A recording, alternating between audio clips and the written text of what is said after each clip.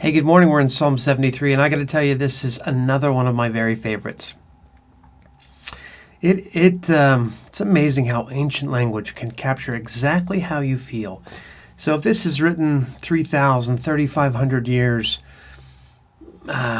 somewhere in the 25 to 3,500 years ago, right? Think how much has changed, how the culture, language, people, how much has changed. But yet, when they write this, it can describe exactly where you're at today. So let me read it to you. I think I'll get through the whole thing, but if not, I will cut it off at parts where we can understand it. Surely God is good to Israel. This is a psalm of Asaph. To those who are pure in heart. Surely God is good. But as for me, my feet had almost slipped.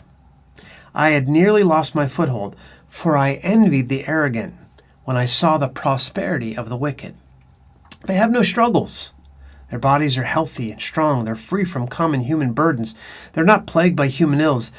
Their pride is their necklace. They clothe themselves with violence, for from their callous hearts comes iniquity. Their evil imaginations have no limits. They scoff and speak with malice. With arrogance they threaten oppression.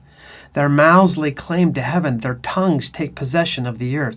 Therefore their people turn to them and drink up waters in abundance. They say, how would God know? Does the Most High God know anything?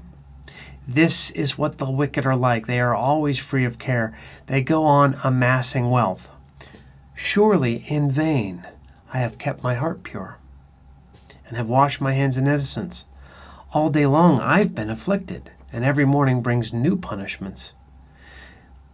Pause. So, right?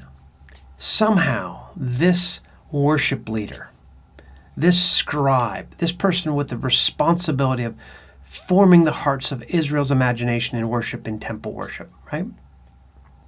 Admits here to say, there are days when I look at and find people who do not follow God, and they seem to be carefree, wealthy, beautiful, power.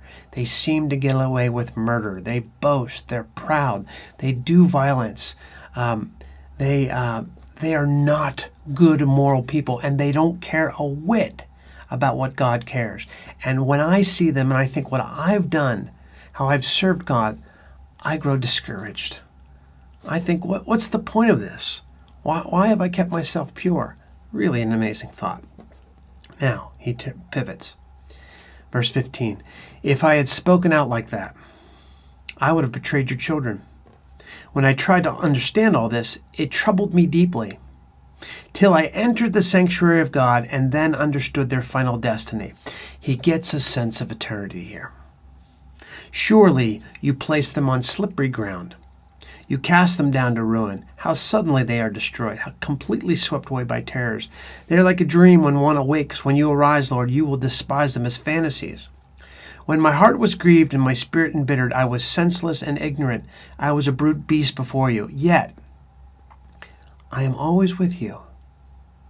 You hold me by my right hand. You guide me with your counsel. And afterwards, you will take me into glory. Whom have I in heaven but you? And earth has nothing I desire besides you. My flesh and my heart may fail, but God is the strength of my heart and my portion forever. Those who are far from you will perish. You destroy all those who are unfaithful to you. But as for me, it's good to be near God. I have made the sovereign Lord my refuge. I will tell of all your deeds. Okay, so classic, right? He grew discouraged. So he flipped on the news. He flipped on, lifestyles of the rich and famous. He flipped on the many shows that show people who don't seem to care a whit for God succeeding, prospering, getting away with murder. Oh, I got so discouraged. But then he enters the temple, the sanctuary, the space where God is. And in his heart, truth descends, deep truth. And he sees the long trajectory, that these people are like a flash in the pan, and that he has linked himself and holding hands with the God of all eternity, who secures his existence and will bring him through in the life that is to come. He has attached himself. He is with God. He says, my heart and my flesh may fail, but God is the strength of my heart and my portion forever. I've experienced this. I'm sure you've experienced this. Like, what's the use? But when we get our hearts in that position where we see God and we understand the reality of things, we see the world as God sees it. He allows us access. And we see that this life is leading into the life that is to come, and we are storing up for ourselves eternal treasures. It does give us perspective in these days in which we live, where we might be discouraged by those who don't seem to care a whit about God. Anyhow, I've always loved this. I just love the truth of it. I love the honesty of it. I love the process. I love the way he works through it, and it kind of reveals. It's like he's opening up his journal to you. So if you're in a place of discouragement today, perhaps this will encourage you. I love those last a few words. Maybe I'll just say it one more time for you.